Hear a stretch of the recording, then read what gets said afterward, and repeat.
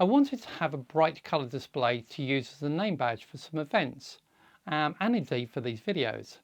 So I'm on a journey to work with these from the Raspberry Pi Pico.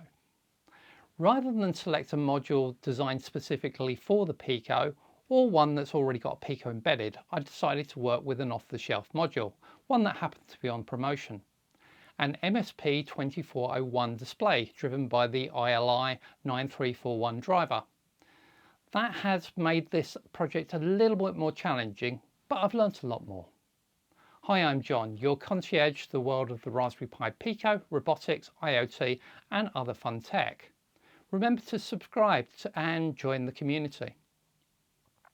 This is my 3-minute summary on how to use this TFT display with the Raspberry Pi Pico.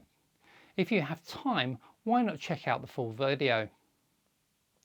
In this video, I'm going to focus on the basic driving of these displays. That really is all about drawing rectangles. The RP2040 display is the non-touch responsive version of this display. A 2.4-inch TFT display of 320 by 240 pixels with 16-bit color. It's driven using an SPI interface and includes an SD card reader, though I'm not going to use that in this video. Connectivity is through a standard SPI plus command or DC pin, hardware reset and controls for the LED backlight. I've connected up to SPI1 on the Pico using these pins, though these could be configured and changed in the code. I've based my work on the wiki here and a project by Roman for the touch version of this display. There's quite a lot of setup needed in code to configure SPI, the other GPIO connections, and then initialize the display. This includes its orientation, portrait or landscape for me, though this is controlled by row and column order, and you could set up all 4 orientations for the display at 90 degrees apart. Normally I use a frame buffer to work with these displays, working on that frame buffer and then sending it as a whole to the display. A frame buffer for this display would be 150 kilobytes, and the Pico only has 260 kilobytes of RAM, so I've decided to work without a frame buffer. The display allows you to write a rectangle of pixels in one go.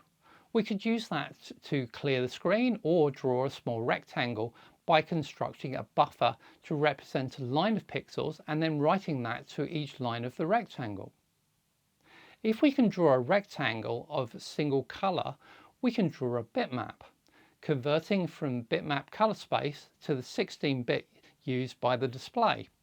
We could even display 1-bit graphics, which could be icons or fonts, selecting the foreground and background colors. I used the public sans black font and the LVGL font conversion tool to put in a 32 pixel font into my example like this. That's how I'm writing Hello World here. I've shown that I can draw rectangles in landscape and portrait mode.